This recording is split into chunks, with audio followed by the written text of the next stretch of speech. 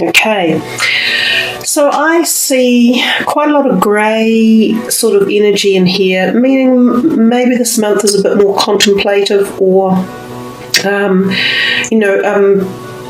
more quiet or calm, sort of an inner feeling month, but that's just from the grey energy around.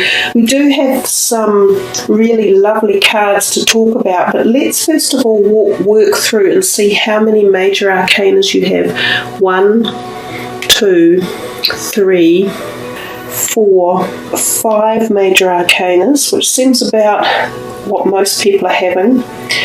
We have court cards. We have 1, 2, 3, 4, 5. So this does involve people in your month, other people than just yourself. So your thoughts and ideas might be moving around situations or relationships that are occurring around you and the energies that are being brought from them. But let's start up at the very beginning on the far left-hand top side with the Hanged Man. Your first card of the month, so as you walk into May, you are dealt with a major arcana energy straight away. Now, the Hanged Man is quite a difficult card to analyse or to sort of interpret in many ways because it has quite a juxtaposition of meanings. So I will go over for you the basic principle or fundamental main meanings that are emerging from the card. The Hanged Man quite often means that you have come to a junction in your life where you're at a crossroads, literally, which is why we see this here. You may have been travelling along this main road and then something seems to be putting in its own directional additives to it, as if to say, wait a minute, you've got to make some choices along the way. So it makes you slow down and think and contemplate what direction you're actually going in and what it is you want, what are the overall outcomes, what are your desires. It's actually quite a powerful card, but it definitely tends to slow things down and can sometimes even bring things that you have had, projects or deals or agreements or ideas or propositions, it can bring them almost to a halt for a time period. But it's a good halt because it gives you time to contemplate exactly which way it should be going in and also which way you want to go in. So that it can also be considered a spiritual card because we see this enlightenment around his head. So quite often when this card arrives, it is almost as if you go, wait a minute, my personal life isn't going the way I want either. I'm getting this feeling of growth or awareness about something around me that isn't quite fitting with the who I want to be. So many of you might walk into May with this whole conundrum of thinking that you are either possibly feeling as though you need to change, or there are opportunities for change, or there is this junction that's come up that's blocking you and slowing you down for some reason or another. So as I say, quite an in-depth card with quite a few different possibilities, but usually it does denote change, and it can denote it at the deep inner spiritual level. We come to this next card, and it's a favourite of mine. The Three of Cups is a really lovely social gregarious card. It's often about harmony, happiness, social gatherings and outings. It's also about the support and network of great friendships.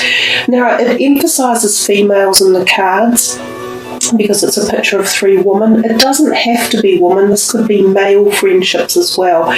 But often when this card does turn up, you can literally be assured that three women will have a get-together of some sort, and it will be just really wonderful, tight, harmonious, happy and loving environment. So it can be engagement parties or social events that girls have together, and often they're your good friends. They're often a blonde, brunette and a sandy-haired person or a dark-coloured person are involved in it. Really nice energy. We come here and you have a second major arcana card. So this first week feels as though it's quite a strong week. You've got a lot of love energies going on, or energies to do with relationships one way or another in that top week. Coming back to the High Priestess, she It's the embodiment of physicality as well as spirituality, so we're back on the spiritual plane again. She's also fertility and sexuality. So some of you may find that you are really attracted to a person at that really chemical level, like that chemistry attraction. Others may find this is a fertile time for the possibility of becoming pregnant and achieving a pregnancy. Some of you may be going through hormonal cycles such as menopause or starting puberty, or you may have family members that you need to keep an eye on through these changes as well. This can often be linked to this cyclical looking moon, which can have to do with when the eclipses were out in March. This energy is all about balance and bringing your spiritual knowledge into your physical world as well. She holds this great wealth of spiritual knowledge. Often this is a time when dreams can be very intense as well, and you can become quite psychic and have sort of messages from that whole spiritual or psychic world. So really fascinating week for you to start your month. Then we have this, the Ten of Cups. Everyone would love to see this in their readings. That is a gorgeous card, no matter which way you look at it. That is a happy, contented family standing back, praising their happiness and feeling this awe of wonderment about how life can just be gratuitous and be spontaneously rewarding. It's a couple with children, so children can be involved again, and there's just this general feeling of things working quite well at this point in time, and feeling as if when the universe delivers these type of energies, really engage in them and spend time like they're doing, giving thanks and fully embracing the positives in your life. We come down to this next week and we start over here, the Two of Swords. This card is primarily often about it's really interesting that it's under the Hanged Man the more I think about it, because he is often about stalling things and thinking things through and not being sure which direction to take. This one is just exemplifying that again. She sits there blindfolded, not entirely sure that she knows which direction she should be travelling in. She holds the answers, but she needs to go within to do a little bit of thinking. It's a good time possibly to write down a list of which is the better choice for you to make. So if you have a choice that could be coming up with, say, career, should I take this job or that job, and you're not sure which one to do, write a list down for the reasons for and against for each option, and you quite often find out fairly immediately when you look at your list which is the better one. Writing things down can be powerfully potent. It usually does indicate that she is just a little bit locked in her decision making and not feeling particularly confident in any aspect or direction. So she's seeking to find that knowledge. Again, we have this ecliptical moon, which we have had up here in this card, and I think this goes back to the possible eclipses in March, so this could have to do with a decision that was a month or two previously that you're still pondering on or trying to decide which direction to go in. We come here and we see another major arcana card that's sort of bundled up a bit at the top there for you in that first week, and this is Temperance. So this is about balance in your life and balancing all of the different perspectives of yourself. So especially diet and your energy levels and your spirituality. So listening to those and combining them so that they all flow exactly like she's doing in these cups or chalices. She is pouring one to the other. We also see that she has 1 foot on land and 1 foot in the water.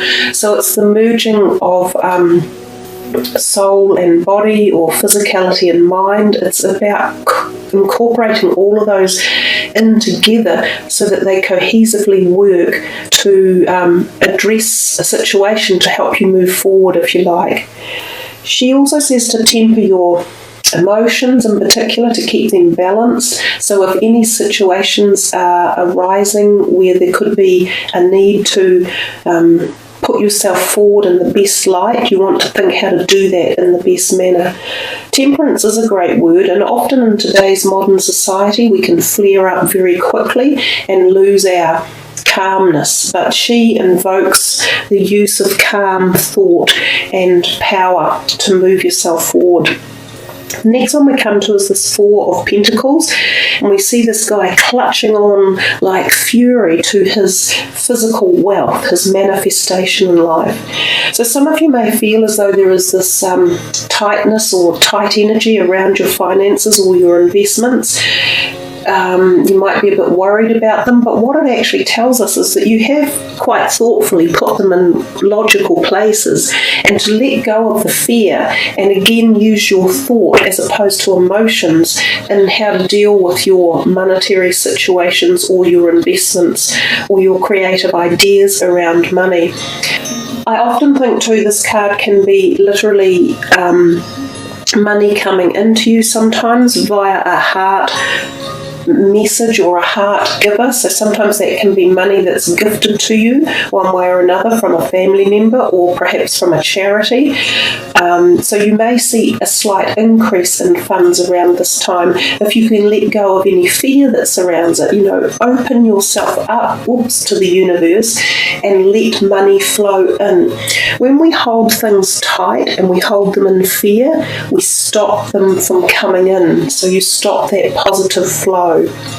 We see this guy next here at the end of the second week in May, and he is the King of Cups. He's a water sign energy and often an older man. He could be someone who is coming to you in the form of a new relationship or someone in your circle of friends or work colleagues that he's there for a reason. He possibly has something to say. He's very calm and someone that you can go to who is a great mentor or a person who will listen to any problems that you've got that you want to offload. He could be like a counsellor or a psychologist or someone or a health person who helps you out, any of those type of things. Alternatively, he may be, as I said, someone who you find attractive, and there could be a heart connection coming in. Now remember, not all heart connections have to be romantic, they can just be great friendships as well. The other thing about this particular format of reading, I watched this particular style grow from an older lady that I had come across a few years ago, and I learnt this style from her. She had a particular way of dealing with each card and the interpretations, which is really what I'm embellishing in the reading. But one thing that she did say was that they were not necessarily completely static with the times of the cards and the placements of them, that there was a fluidity, that they could move either way by a week or so. So this could move itself up into April and this could move itself into June. So don't cut yourself off completely when I say this one is the exact end of the second week in May. There could be a little bit of movement, so allow for that as well. We come to the third week and we see this, another court card, so the Page of Swords. So this is when people are around you. And there's three of them in a row, and then you've got another one here. So it seems like the middle of May, your thoughts or energies or time are partly spent on dealing with other people in your life. So again, we come back to thinking, are they work-type oriented people or within your family that needs addressing, or are they romantic? Which there could be two of them here, or are they siblings or career oriented? These two on the left, the two swords, could be more career or legally obligated, because they often are, they're air sign people, and they're often to do with words or verbalization or things like lawyers or legals or documents along those lines. The pages are younger, they're more youthful, they often come in to excite the energy or to get new ideas going or to show us the youthful perspective of life, and that can be quick, fast, impatient, turbulent, moving things around. So expect a little bit of that type of energy at the beginning of this third week. And in fact, it keeps going. It even it amplifies itself, because the Knight of Swords, he just charges back on into this Page of Swords. So for a little while here, you might have this either type of person coming in who scintillates life and gets it really pumped up and activated, which is quite cool. In fact, it's yourself, isn't it? It's you are the air sign as well. So it could be yourselves just really harmonizing with your own energy or getting activated, or it's people coming in doing these sort of things, or it's the possibility of some sort of projects or wordy or legal activity going on around this point in time. We come to the Sun, major arcana card in this third week. It's another card of fertility. You've got two cards that speak of fertility and sexuality and conception and child or pregnancy. Also children. This is quite a young looking week in here. You've got all these youthful type energies. So kids or people or social things that are young, that pertain to the youth. Something's on your mind about youth in this particular week. But the Sun is a beautiful energy and it's a major arcana. It tells us to remind ourselves of the glory that the Sun gives us. It gives us life. So it's like a real boost of energy to your life and to your ideas and your prospectus and your directions and your energy and your health, absolutely everything. So really jump on the Sun when the energy's coming through. Get outdoors, enjoy the outdoor energy, connect with the Sun physically, wear yellow, address your solar plexus energy through your body, which is here, and energize it and strengthen it. This is about inner strength as well. It's definitely about conception, and it can be about new relationships. And because you've got these two surrounding it, it feels as though some of you may very well be in for a new relationship, and it could be with a water sign energy. So this again is a sort of a proposition along those lines. It can very much be connected somehow to your heart. So whether or not a proposition comes to you about a project you're even passionate about or you're really driven about, that's also the potentiality, not just a romantic interest, but there could be one coming for you. So we move down here to this bottom card and we see another air sign card, your own type of energy. It's the Nine of Swords. It's the only really black one in the whole reading. And given that it's black, it often talks to us about night time, quite literally. So often this card can indicate insomnia. So some of you who are having sleeping problems, it might be a time to address them with good sleeping regimes, such as going to bed early or turning off your technology and reading a book for a while, eating foods that help us to sleep, or herbal medicines that can help you to sleep, doing Reiki or relaxation courses, or lowering your anxiety. You can also be having dreams at this time, or even nightmares that may frighten you or wake you up. Look into them, find out why you're having them, expand on them, see how you can address them within your own psyche and your hidden side, or the side that you have your fears in. See if you can address them and externalize them and release them.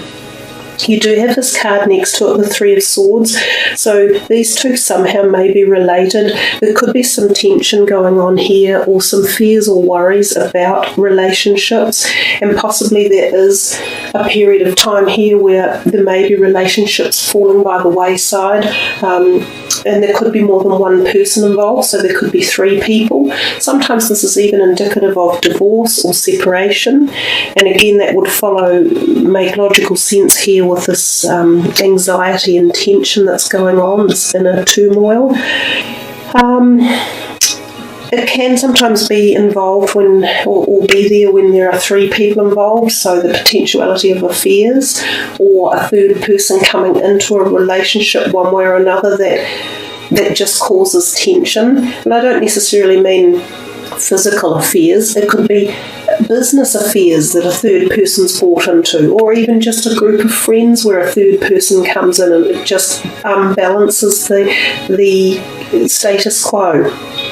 But often it does mean endings, and it tells us that when there are endings, what is the next step? New beginnings. And this card, the Magician, perfect magic, the number one, brand new startings.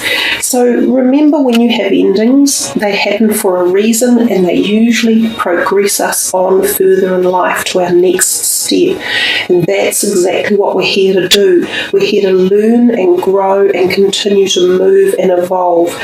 When you get an ending like that and you get a powerful card right next to it with another one above it, giving double the energy, you're almost getting like being lit by a power surge or firecrackers or something to the heavens, and they're saying to you, let go of all this, pass it out and grab onto this opportunity, because this is where you will empower yourself to move forward into this creative connection as you move into June.